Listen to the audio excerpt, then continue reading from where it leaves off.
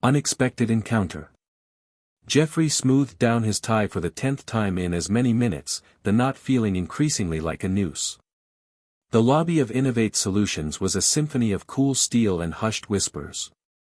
He'd expected a waiting area filled with stressed-out candidates, but instead, sleek, minimalist furniture sat unoccupied on polished concrete floors. It was intimidatingly calm. He approached the reception desk, a nervous tremor in his voice. "Jeffrey Miller, here for my interview." The receptionist, a woman whose severe bun and even more severe expression suggested she tolerated no nonsense, tapped a few keys. "Mr. Miller, Miss Kensington will see you now." She paused, her gaze flickering up to meet his. "She'll be conducting the interview personally." Jeffrey blinked. "Miss Kensington?" "As in, the CEO." He swallowed hard. This was not in the job description. The receptionist merely nodded, a barely perceptible movement. "Third door on the left." He walked, or rather, stumbled, down the hall. "Third door. Third door." He nearly tripped over a strategically placed potted plant the size of a small car. Composing himself, he knocked. "Come in." The voice was familiar, yet somehow, magnified. He opened the door and froze.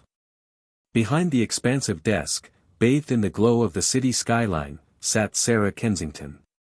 His mom's Sarah Kensington. The woman who used to braid his hair and sneak him extra cookies. Only, this Sarah Kensington was different. Sharper.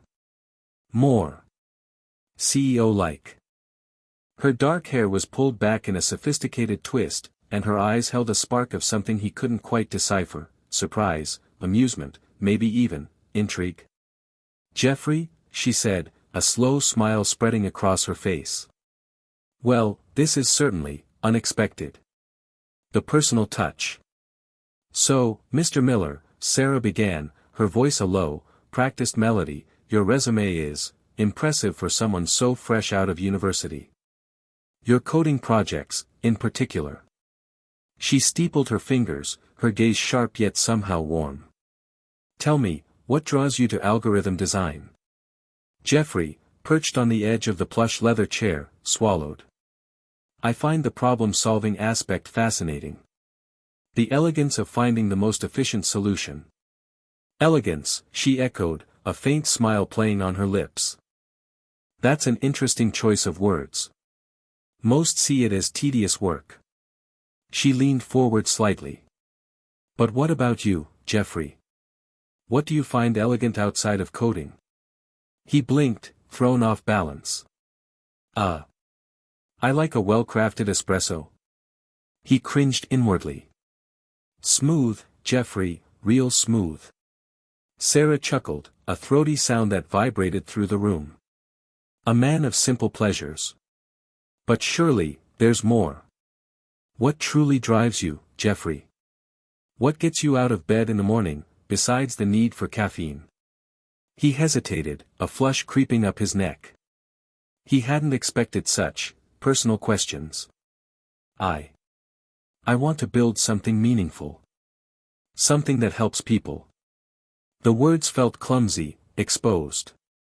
"Meaningful," Sarah repeated, her eyes now holding a curious glint. "And what does meaningful look like to you?" She paused, letting the silence hang heavy in the air. "Is it changing the world, one line of code at a time? Or something more intimate?" Her gaze lingered a beat too long, and Jeffrey felt a strange heat bloom in his chest, a disquieting mix of flattery and unease. Office dynamics. The email arrived at 7:14 a.m. Jeffrey, still bleary-eyed, nearly choked on his lukewarm coffee. Innovate Solutions internship offer blazed across his phone screen. He reread it 3 times, each time more certain it wasn't a dream. He was in. His first week was a blur of introductions, onboarding paperwork, and desperately trying to remember everyone's names. Sarah, thankfully, was mostly absent, locked away in meetings or on calls. He caught glimpses, though. Once, in the hallway, their eyes met. Sarah's lips curved into a small, knowing smile before she disappeared into the elevator. Jeffrey's pulse quickened. He found himself gravitating toward her office, inventing reasons to walk past. One afternoon, he was delivering a stack of documents when he saw her standing by the water cooler. "Sarah, hi," he stammered, feeling his cheeks flush. "Jeffrey," she replied, her voice a low hum. "How are you settling in?" "Good, really good. Everyone's been very welcoming." He shifted the documents, the edges digging into his palms. "That's what I like to hear." She reached out and lightly touched his forearm. "Let me take those," she said, her fingers lingering a fraction longer than necessary. A jolt, not unpleasant, shot through him. He handed over the papers, their hands brushing again. He could smell her perfume, a subtle blend of sandalwood and something else he couldn't quite place, something intoxicating. "Welcome aboard, Jeffrey," she said, her eyes holding his for a beat too long before she turned and walked away, leaving him slightly breathless and utterly confused. Late night collaboration. "We need this presentation deck finalized by tomorrow morning," Sarah stated, her voice leaving no room for argument. Jeffrey swallowed hard, the weight of the project settling heavily in his stomach. "Looks like it's going to be a late night, Jeffrey." The office emptied, leaving only the hum of the air conditioning and the frantic clicking of keyboards. Empty coffee cups accumulated like miniature monuments to their shared exhaustion. Jeffrey, fueled by lukewarm coffee and a potent cocktail of nerves and adrenaline, worked tirelessly beside Sarah. The scent of her expensive perfume, a subtle mix of jasmine and sandalwood, filled the small space, a constant, distracting presence. He reached for the stapler, his hand brushing against hers. A jolt, like static electricity, shot through him. Sarah's eyes met his, a flicker of something unreadable in their depths. Time seemed to slow, the fluorescent lights buzzing above them. He found himself leaning closer, drawn in by an invisible force. The shrill ring of Sarah's phone shattered the moment. She jumped, pulling away as if burned. "Kensington," she answered, her voice suddenly crisp and professional. Jeffrey stared at his computer screen, his heart hammering against his ribs, the near intimacy leaving him breathless and profoundly flustered. The scent of jasmine and sandalwood now felt like a tangible weight in the air. Whispers in the hallway. The fluorescent lights hummed, amplifying the hushed tones that chased Jeffrey down the hallway. He paused outside the break room, the clatter of mugs doing little to mask the snippets he overheard. Always in her office. Favored treatment. Never seen her take such an interest. He flushed, his palms slick against his khakis. He grabbed a stale donut and hurried away, the whispers sticking to him like crumbs. Later, leaning against his cubicle wall, pretending to study a spreadsheet, a shadow fell over him. It was Emily from accounting, her brow furrowed with concern. "Jeffrey," she murmured, glancing around, "be careful. People are talking." "Sarah. Well, she's the CEO. Perception is everything here." She patted his arm awkwardly. "Just keep things professional, okay?" The weight of her words settled heavily. He hadn't considered how their interactions might look. He'd just been grateful for Sarah's guidance. Now, every shared laugh, every lingering look, felt tainted. Sarah, from her glass-walled office, noticed the shift. The usual enthusiastic greetings from employees had become curt nods. The smiles seemed strained.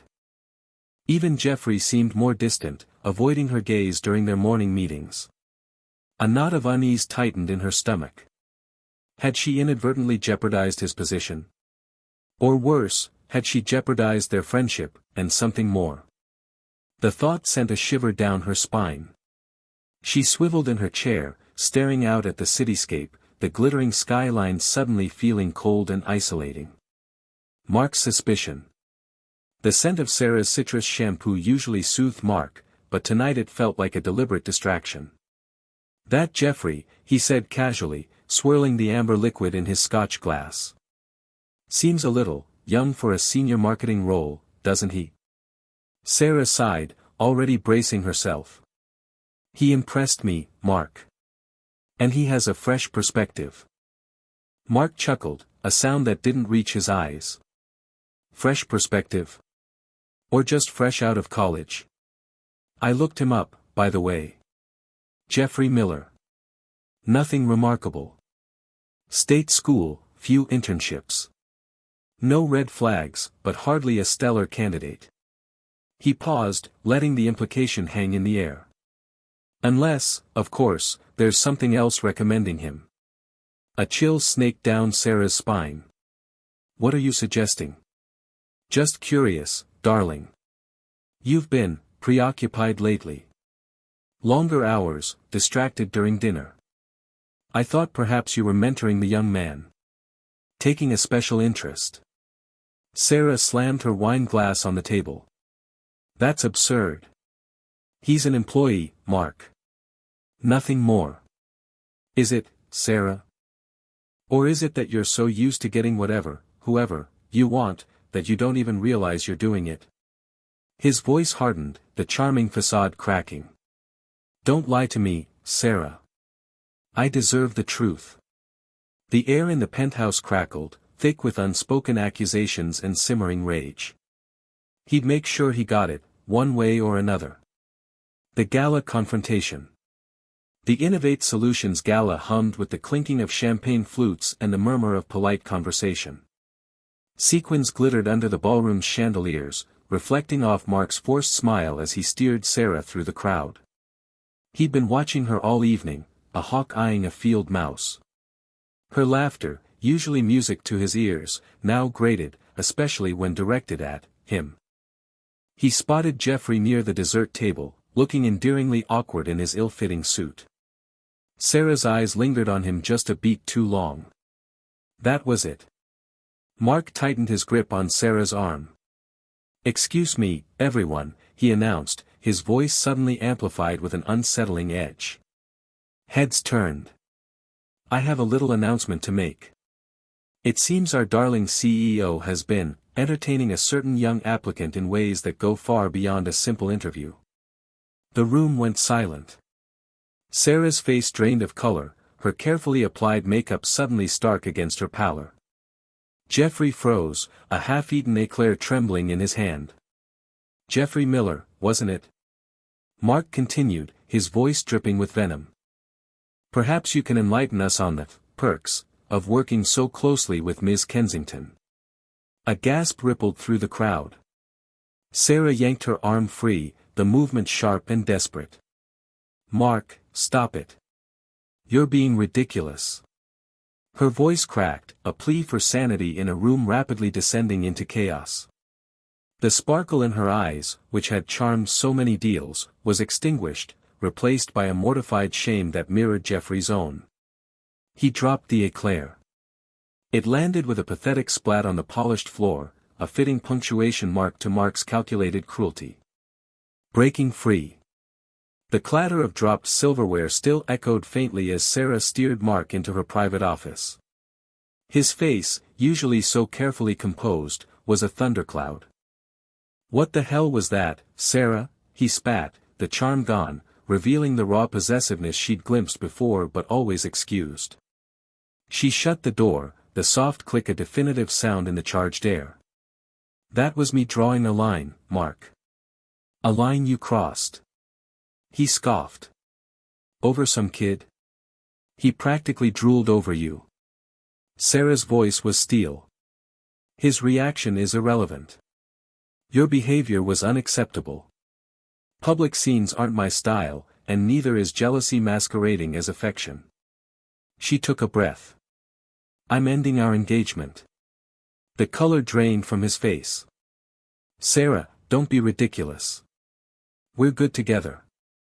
This is just a misunderstanding. He reached for her hand, but she recoiled. No, Mark. This is me realizing that what I thought was a connection is actually a carefully constructed cage. I need professional boundaries, and you clearly can't provide them. Later, she found Jeffrey nervously straightening the already pristine magazines in the reception area. He looked up, his young face etched with worry. Miss Kensington, I'm so sorry if I caused any trouble. Sarah offered a small, reassuring smile. Geoffrey, you didn't. But moving forward, I want to be very clear. While I value my connection with your mother, here, I am your potential employer. Any personal feelings are irrelevant and must remain outside these walls. Do you understand? He nodded quickly, relief flooding his features. Yes, ma'am. Absolutely. A new beginning. Geoffrey, Sarah began, leaning back in her executive chair, the city skyline glittering behind her. I'm offering you a full-time position at Innovate Solutions, starting Monday. Junior analyst, reporting directly to Mr. Davies. His breath hitched. Full-time. Real. Really? Wow. Thank you, Sarah. I accept. A grin stretched across his face, battling the nervous flutter in his stomach. This was it. A chance to prove himself. Sarah's smile was softer now, a hint of something more than professional courtesy flickering in her eyes before she masked it. Good. But, she continued, her tone firm, we need to be clear. Outside these walls, our connection is irrelevant. Here, you're Geoffrey Miller, an employee. I'm Sarah Kensington, your CEO. Professionalism is paramount. He nodded, the weight of her words settling on him. It was a fair condition, one he expected, but hearing it aloud solidified the challenge ahead. Could he navigate this? He had to. Monday morning arrived, sharp and bright. The Innovate Solutions office buzzed with energy. He found his desk, a sleek, minimalist setup in a pod of other analysts. Mr. Davies, a man whose tie seemed permanently knotted too tight, introduced him to the team. The work was challenging, demanding, and exhilarating. During the lunch break he saw Sarah in the cafeteria. His heart pounded. She offered a curt nod and a quick smile before she sat at her usual table with the executive team. Geoffrey knew he had to prove himself, not just to the company, but to her. He would earn his place, one spreadsheet, one presentation, one success at a time.